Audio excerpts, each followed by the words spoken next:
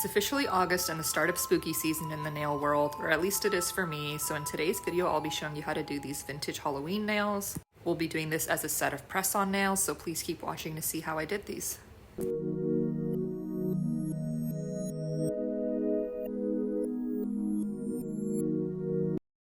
So we are going to start off by sizing out our press-on nails. These are the Well Quinn extra long stiletto nails. These are my favorite to use for either long almond or stiletto nails when I'm doing press-on. So I'm just sizing them to make sure they fit sidewall to sidewall.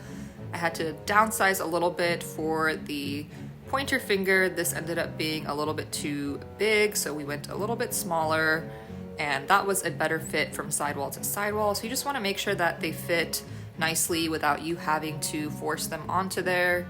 With just a little bit of pressure, or really little to no pressure, they should fit nicely from edge to edge.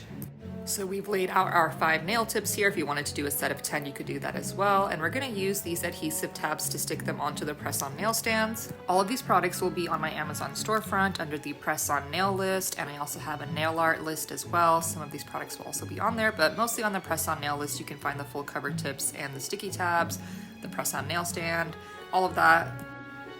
If you've been using putty, I would highly recommend trying out these adhesive tabs. They're super easy to use. They're also clear, and it's a lot less messy than the putty, and they hold up really well compared to the putty. I've definitely experienced the putty breaking down. Since I made just the switch to this, it's been a lot easier for me.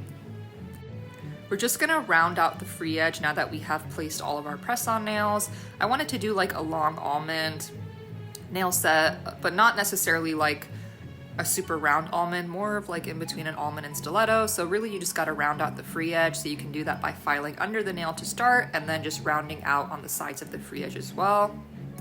I would recommend keeping your file moving so you don't accidentally file one side more than the other. That'll help you get the most even shape possible, and you can kind of see the difference between the two. So it's subtle, but just a little bit of shaping does help to achieve that shape. Next, I'm using a Pana 240 grit sanding band and a Melody Susie e-file to basically remove the shine from the nail and also thin out the top of the press-on nail just a little bit. So if you've ever applied your press-on nails and felt like they were a little bit bulky near the cuticle area, you just need to flush them out a little bit more. So you could do this after you've done the nail art, or you could do it beforehand. So in this case, I did it a little bit beforehand, so just filing a little bit off the top does help with that. So you can experiment and see which you like, but either way, you do want to remove the shine from the nail as well, or you can buff them, and then you just want to use some isopropyl alcohol to remove that dust with a lint-free wipe. So like I mentioned, we are doing a vintage Halloween nail set today, and today is August 2nd that I'm filming this voiceover, so I know it seems like it's a little bit early to start, but before you know it, it's going to be September.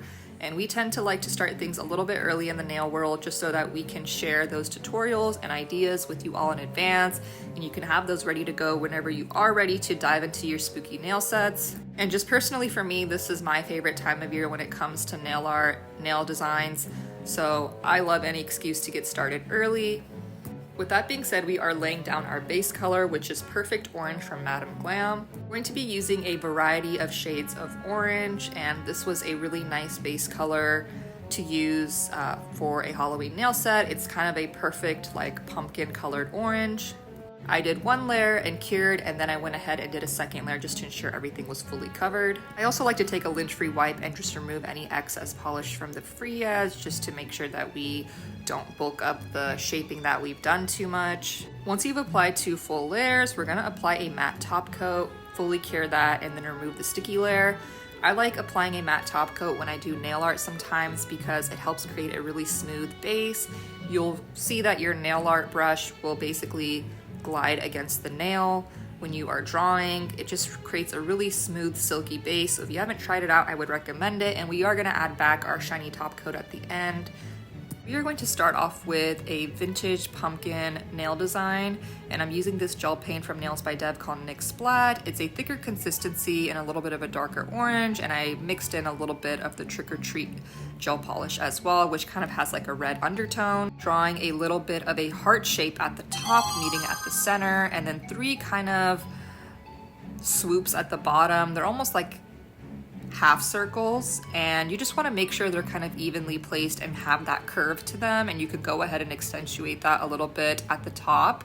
as you add in your gel polish to fill in that blank area and just fill it all in. So you'll see that I kind of exaggerate those lines a little bit, just make them a little bit more curved. You just want to make sure the curves are really there and visible, so it really gives you that pumpkin look.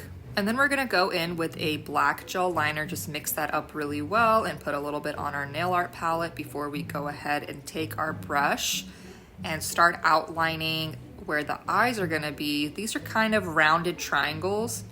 So you'll see that they're not perfectly straight triangles with like a really sharp edge. I've kind of curved them in a little bit.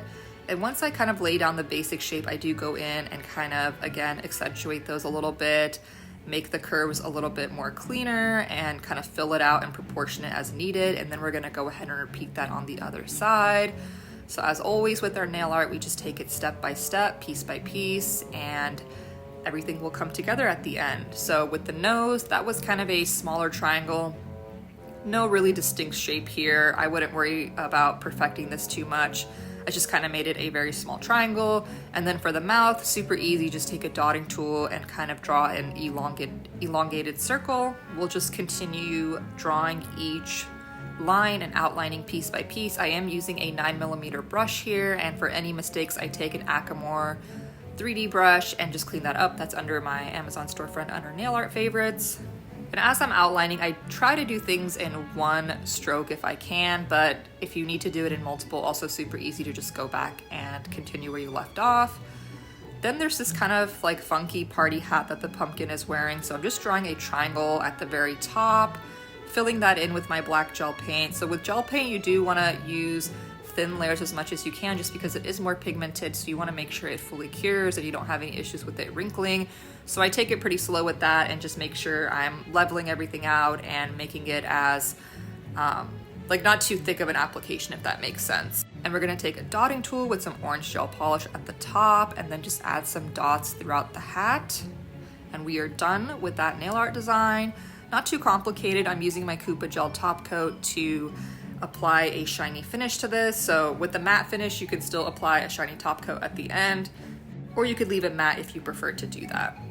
Now we're gonna draw the vintage Halloween cat. So I'm just outlining a half circle at the top and then 2 triangles on the sides, trying to keep this as curved as I can, and then drawing the circle for the rest of the cat's face. So as you can see, even with those ears there, I'm kind of curving them in, not making them super, straight triangles, just adding a little bit of curve to those lines.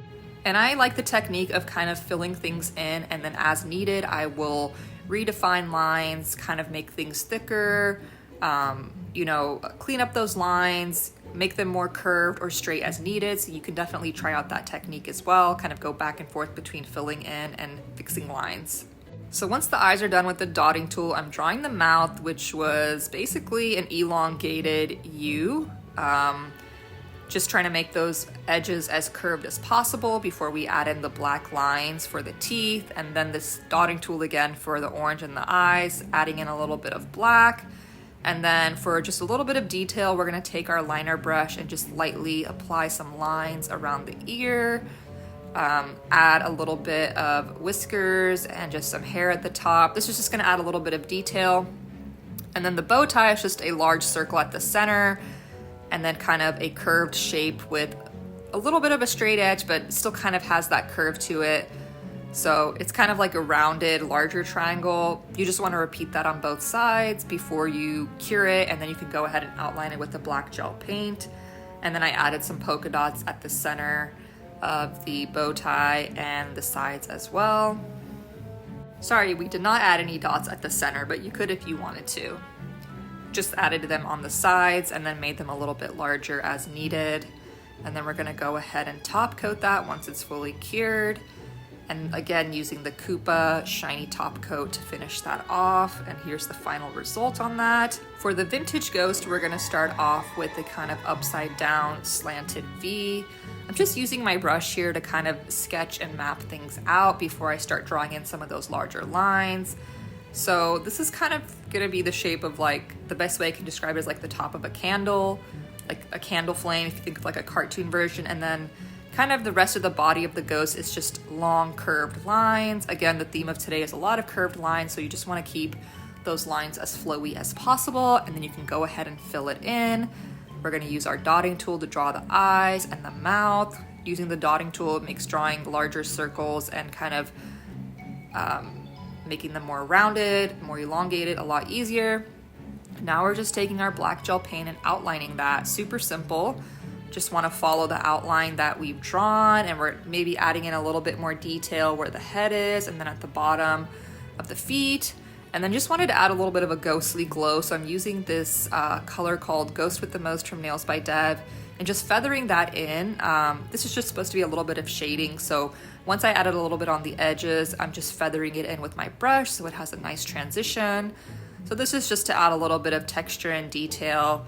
And then once that's fully cured, we'll go ahead and top coat that with our Koopa top coat and fully cure that, and moving on to the last nail. So the pinky and thumb will be pretty simple. We're just gonna go ahead and repeat the same design on those two. It's gonna be kind of a striped design, just kind of inspired by like Halloween colors, candy, whatever you'd like to call it. So I'm just taking the white gel polish and drawing diagonal lines with my liner brush.